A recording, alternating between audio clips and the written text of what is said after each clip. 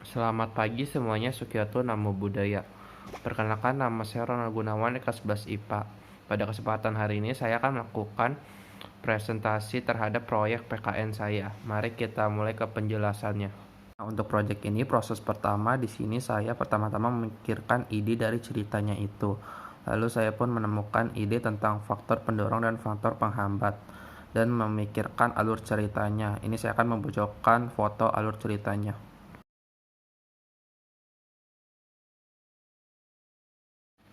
Nah, untuk proses yang kedua di sini saya membuat covernya. Saya menggambarnya terlebih dahulu. Lalu tahap ketiga saya mulai memasukkan tokoh-tokoh yang di awal tadi ke dalam sini, ke dalam ceritanya, dan memasukkan kata-katanya. Nah, untuk proses terakhirnya di sini saya mewarnai. Saya yang bagian seperti ini, yang seperti percakapan ini saya tidak warnai karena tidak menggambarkan latar apapun. Pertama-tama sebelum saya menjelaskan cerita komik ini saya beri judul tentang perjalanan KKN 2 desa.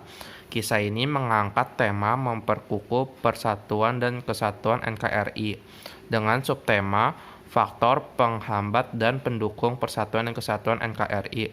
Di sini tokoh-tokohnya ada Ronald sebagai kameramen, Siska sebagai pewawancara, lalu di sini ada Lurah Desa 1 dan Desa Lurah 2. Mari kita mulai. Sebelum saya memulai, saya ingin meminta maaf jika proses menggambar dan mewarnainya buruk, karena saya tidak pandai dalam menggambar dan saya hanya mempunyai pensil warna sedikit. Untuk di lembar pertama ini menceritakan seorang anak bernama Siska dan temannya Ronald. Dia melakukan KKN ke 2 desa. Nah, dia pun datang ke desa yang pertama, dia pun masuk. Dan di sini dia berkata untuk memulai rekamannya dan membuka opening acara KKN-nya. Lalu dia pun bertemu dengan Bapak Lurah Desa 1 dan meminta izin untuk masuk ke dalam desa itu untuk melihat sekeliling. Lalu dipersilahkan masuk. Nah, lalu jika dihubungkan dengan faktor pendorong, desa ini sangat mempunyai semua faktor itu. Karena dilihat dari suasana desanya yang sangat asri, bersih, karena para masyarakatnya tuh saling bekerja sama untuk menjaga desa ini, seperti bergotong royong. Ada yang sedang menanam pupuk dan sedang membuang sampah. Artinya di desa ini memiliki tingkat solidaritas yang sangat baik. Lalu ke gambar yang kedua, di sini ada anak kecil yang sedang bermain congklak. Lalu ada temannya yang memiliki kulit yang hitam dan berbeda ras. Dia ingin bertanya dan ingin ikut main, apakah boleh? Lalu dipersilakan dengan baik dengan temannya. Lalu di sini Siska pun berkata kepada lurahnya, "Di sini anak-anak bermain permainan tradisional ya Pak, dan mereka tidak membeda-bedakan temannya." Lalu Lurah Desa 1 pun menjawab, "Iya, kita di sini menjunjung tinggi Bhinneka Tunggal Ika." Siska pun melanjutkan perjalanannya. Lalu dia melihat ada tiang listrik yang memadai dan sekolah yang di desa 1 ini yang mempunyai daerah yang asri dan lapangan yang besar dan persediaan air mineral yang cukup. Lalu Siska pun berkata, "Sekolah di desa ini luas sekali ya Pak?" "Iya, saya membangun sekolah ini dengan biaya dari dana pemerintah pusat, setengahnya untuk biaya pembangunan, sisanya untuk pembagian sembako untuk rakyat setiap minggunya." Lalu Siska pun setelah berjalan-jalan berpamitan dengan Lurah Desa 1 dan berkata, "Baik Pak, saya pamit dulu, terima kasih karena sudah memandu saya dari awal sampai akhir." Lalu Lurah pun menjawab, "Iya, kami juga senang karena masih ada anak muda yang peduli dengan desa kami." Lalu dia pun berkata berterima kasih sudah menjawab beberapa pertanyaan saya. Lalu menjawab, "Desa kami pasti akan selalu menjunjung tinggi nilai persatuan dan kesatuan. Hati-hati di jalan ya." Lalu Siska pun melanjutkan perjalanan ke desa 2 dan ini gerbangnya. Lalu berkata, "Sekarang kita berada di desa kedua, mari kita masuk." Lalu Siska pun bertemu dengan lurah desa kedua dan menyapanya, "Selamat siang Pak, saya boleh minta izin untuk dipandu di desa ini?" Lalu dijawab oleh lurahnya, "Kebetulan saya lurah di desa ini, silakan masuk." "Terima kasih banyak Pak sudah memperbolehkan saya masuk."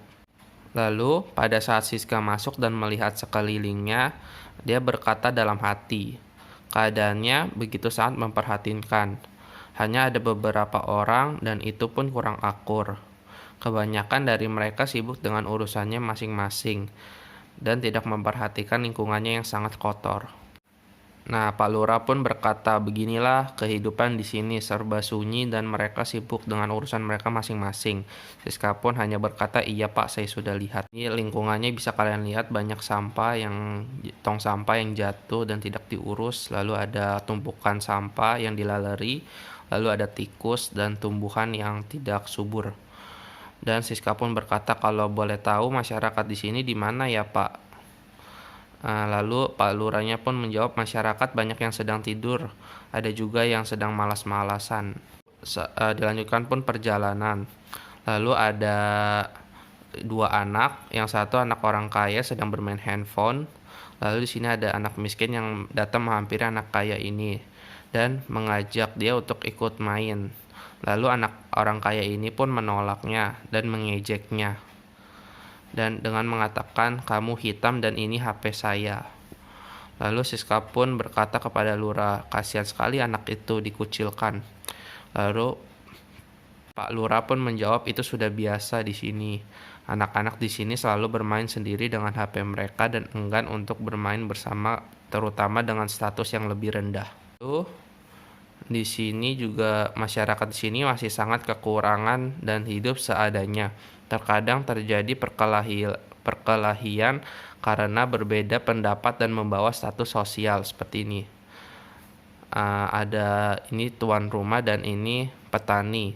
Lalu berkata, kamu berani sama saya dasar orang miskin. Dan dia hanya bisa mengatakan maaf Pak. Dan di sini juga masih menggambarkan bahwa masih sederhana. Di sini menggunakan sumur, lampu petromak dan lilin untuk sumber pencahayaannya. Lalu sambil berjalan Lalu Siska pun melanjutkan pertanyaan dan sambil bertanya, kalau boleh tahu Bapak menggunakan dana pemerintah untuk apa ya? Lalu Lurah pun menjawab, masalahnya pemerintah pusat tidak memberikan kita dana sehingga di sini tidak mendapatkan bantuan apa-apa. Sehingga banyak warga yang mengeluh dan kelaparan. Ini ilustrasinya sekolah yang tidak memumpuni, minim listrik dan minim air. Sembako pun tidak diberikan dan dana uang pun tidak diberikan. Melanjutkan percakapannya sehingga mereka memutuskan untuk pindah ke desa atau kota lain untuk mencari uang dan mendapatkan seluruh sarana dan infrastruktur yang tidak ada di sini. Ini ilustrasinya ada petani dan anaknya yang ingin pergi karena infrastruktur yang kurang memadai. Lalu Siska pun berpamitan dan mengucapkan terima kasih atas kerjasamanya kepada lurahnya. Saya doakan agar pemerintah bisa memperdulikan desa ini dan bisa memberikan dana.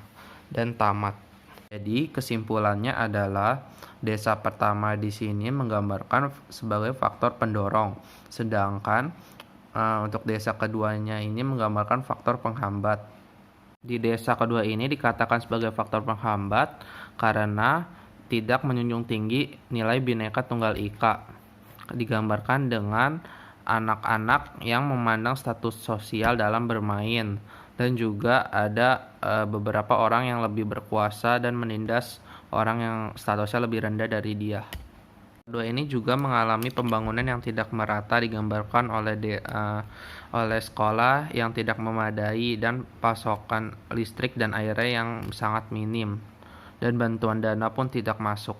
Hingga karena kurangnya infrastruktur, para masyarakat pun memilih untuk meninggalkan desa itu dan mencari desa yang lebih memadai atau kota lain, atau bisa dibilang juga sebagai gerakan separatisme.